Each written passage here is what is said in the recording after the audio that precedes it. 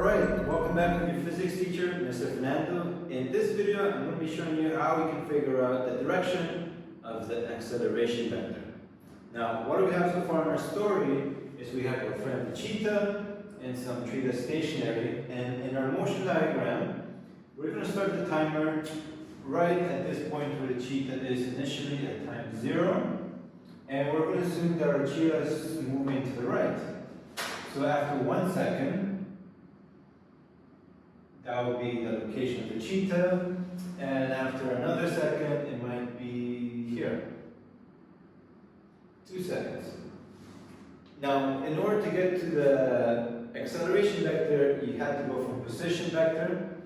And our position vector, if you recall, all we did was draw the coordinate system, and then from the origin to where the cheetah is. Then our second position vector from the origin to where the cheetah is at time 1. But that was too much of a hassle. Instead, we came up with another way to represent the change in the position, which we play the game, connect the dots. So what I mean by that is the change in position is just the distance between these 2 points and the direction towards where the time is evolving, so towards the next frame. So this will be our displacement, delta d 0. Then from time 1 to time 2 seconds, our cheetah continues moving to the right, and the displacement that it underwent in that 1 second of time, wow, that's pretty far away, and it's towards the right with this much distance. Now this displacement, we call it delta d1.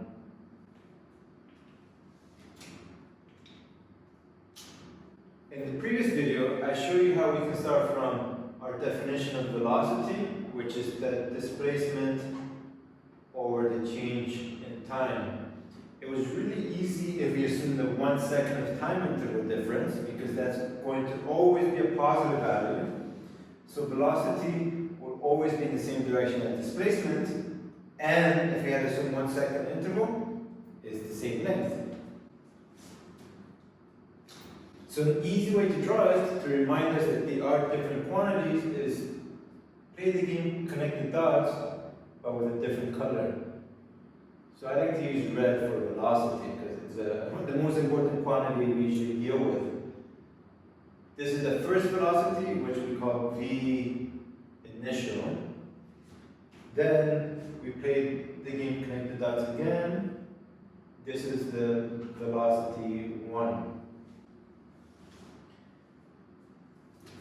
Alright, so now we're going to try to figure out acceleration. Now, as a quick aside, remember that the way we first defined acceleration was from a velocity time graph. And what do we see? The slope of vt graph. Now, what was the slope of that velocity time graph? It's going to be the change in the y values or the change in the x values. But since we are talking about velocity along the y, that's just the change in velocity over the change in time.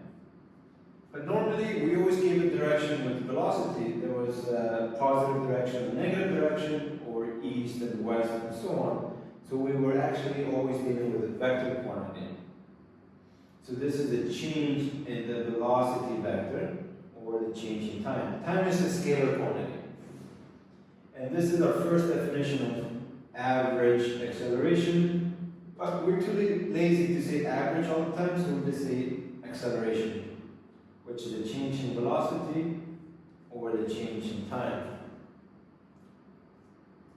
We're going to use a clever trick that we did before, and we're going to rewrite this expression as delta v times 1 over delta t.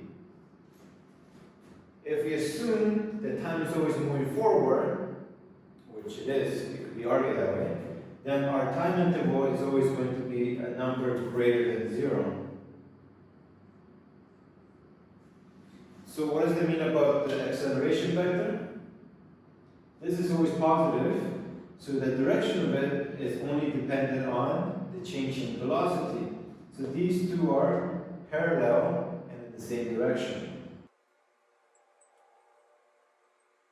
So our acceleration vector and our change in velocity vector are in the same direction. But we can even do better than this if we assume a change of time of 1 second. That would make our life a lot easier. So this will give us that our acceleration is the same thing as the change in velocity divided by 1 second, which we kind of did before, so that way we can figure out, A, our acceleration vector is in the same direction as change in velocity vector, and it's actually the same length, because if we divide by 1, it won't change a thing. So this is a good approximation when we're first starting our motion diagrams. And this means they're in the same direction, and we could approximate them to have the same length.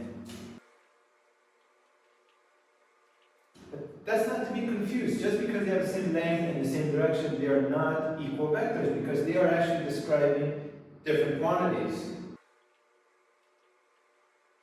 So acceleration is in meters per second, change in velocity is in meters per second. One way that we're going to represent these two as two different quantities is to use different colors, just like we're using here, right, to make your brain connect a little bit more.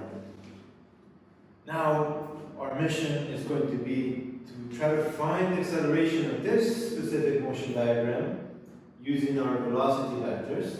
So let's see what that looks like, and I'm going to just erase the board so it's a lot clearer. Alright, so what do we have so far? We have that acceleration vector is the same thing as the change in velocity vector divided by 1 second. So the vector calculation that we have to figure out is going to be delta V. The change in velocity in this example is just the final minus initial. But in this case, the final that we're considering would be V1 minus V initial, which we denote by the 0 time. And because we are doing a vector subtraction, we can rethink of it like vector addition. V1 plus negative V initial. And we recall, whenever we add vectors, we add vectors by attaching them head to tail. And how we deal with the negative, we just think back to this initial velocity vector, but the negative tells us that we have to go in the opposite direction. So let's see what this looks like. V1 vector is this really long one. Let's draw that first. So we're going to take the head of the first one, and we're going to attach it to the tail of the second one, which is our initial velocity, but in the opposite direction. So initially it was pointing to the right, so the opposite direction would be pointing to the left.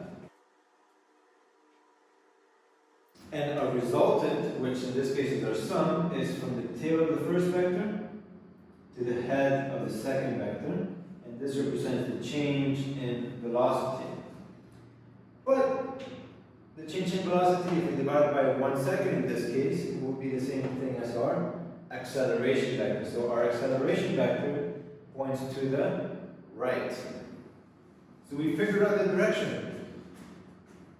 This delta V, if we divide by 1 second, is the same thing as our acceleration vector. So because acceleration vector, we don't start it from 0, we don't put it at the second one, we put it at time 1. So in between the interval of time that we considered. So we're going to draw it up above acceleration vector. So what is this acceleration vector doing? Acceleration vector tells a velocity, this is how much you're going to change by.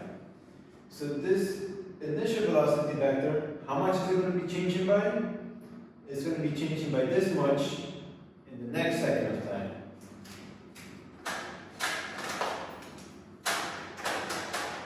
I need both my hands for this. Okay, so our initial velocity vector, our acceleration vector, they form back V1.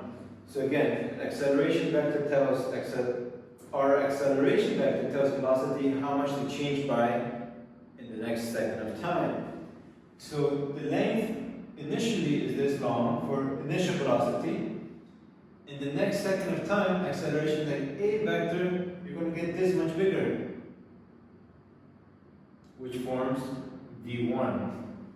So let's see, if we were to maintain this acceleration,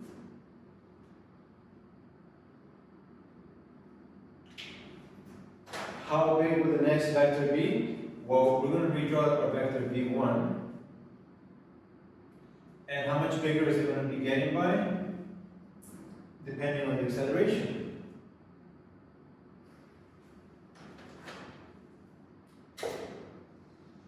So that will be the point 3. So we can think of this as v1, and it has gotten bigger by the length of the acceleration. But this should be a bit longer.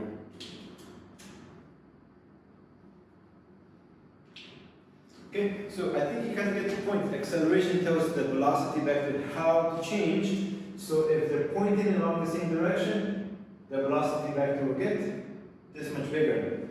If the acceleration keeps pointing in the same direction, it's going to get that much bigger from where it left off. So in the next videos, we're going to be showing the different types of motion and to see what happens when they are pointing in the opposite direction. So stay tuned.